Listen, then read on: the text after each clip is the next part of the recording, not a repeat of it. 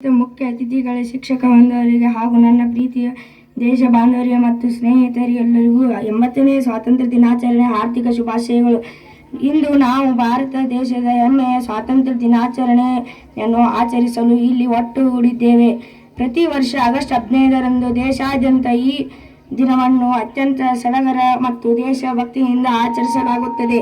ಮತ್ತು ನಮ್ಮ ದೇಶ 1947 ಆಗಸ್ಟ್ 15ರಂದು ಬ್ರಿಟಿಷರ ದಾಸ್ಯದಿಂದ ಮುಕ್ತಿ ಪಡೆದು ಸ್ವತಂತ್ರವಾಯಿತು. ಈ ಸ್ವಾತಂತ್ರ್ಯ ನಮಗೆ ಸುಲಭವಾಗಿ ಸಿಕ್ಕದ್ದಲ್ಲ. ಬ್ರಿಟಿಷರ ಕ್ರೂರ ಆಡಳಿತದ ವಿರುದ್ಧ ನಮ್ಮ ಪೂರ್ವಜರು ದಶಕಗಳ ಕಾಲ ನಿರಂತರ ಹೋರಾಟ ನಡೆಸಿದರು. ಮಹಾತ್ಮ ಗಾಂಧಿ, ಸುಭಾಷ್ ಚಂದ್ರ ಬೋಸ್, ಭಗತ್ ಸಿಂಗ್, ಚಂದ್ರಶೇಖರ್ ಆಜಾದ್, ಜವಾಹರ್ಲಾಲ್ ನೆಹರು ಮತ್ತು ಹಾಗೂ ಕಿತ್ತೂರಾಣಿ ಚೆನ್ನಮ್ಮ, ಸಂಗೊಳ್ಳಿ ರಾಯಣ್ಣ ಅಂತ ಸಾವಿರಾರು ವೀರ ಹೋರಾಟಗಾರರ ಬಲಿದಾನದ ಮತ್ತು ತ್ಯಾಗದ ಪ್ರತಿಫಲವೇ ಇಂದು ನಾವು ಅನುಭವಿಸುತ್ತಿರುವ ಸ್ವಾತಂತ್ರ್ಯ.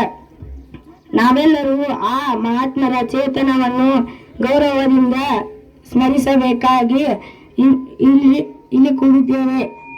ಸ್ವಾತಂತ್ರ್ಯ ಎಂದರೆ ಕೇವಲ ಹಕ್ಕುಗಳು ಅನುಭವಿಸುವುದಲ್ಲ, ಬದಲಾಗಿ ದೇಶದ ಪ್ರಗತಿ ಶ್ರಮಿಸುವುದು ಜವಾಬ್ದಾರಿ. ಹಾಗೂ ಇಂದು ನಮ್ಮ ದೇಶವು ತಂತ್ರಜ್ಞಾನ, ಕೃಷಿ, ವಿಜ್ಞಾನ ಮತ್ತು ಕ್ರೀಡಾಂಗಣದಲ್ಲಿ ಜಾಗತಿಕ ಮಟ್ಟದಲ್ಲಿ ಮುನ್ನಡೆಯುತ್ತಿದೆ. ಆದರೆ ಇಂದಿಗೂ ನಮ್ಮ ಮುಂದೆ ಬಡತನ, ಅಕ್ಷರಸ್ಯತೆ ಮತ್ತು ಭ್ರಷ್ಟಾಚಾರದಂತಹ ಹಲವಾರು ಸವಾಲುಗಳಿವೆ.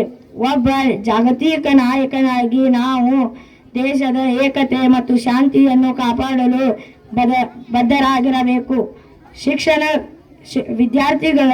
ವಿದ್ಯಾರ್ಥಿಗಳಾದ ನಾವು ಶಿಸ್ತು ಮತ್ತು ಕಠಿಣ ಪರಿಶ್ರಮದಿಂದ ವಿದ್ಯಾಭ್ಯಾಸ ಮಾಡಬೇಕು. ದೇಶದ ಉತ್ತಮ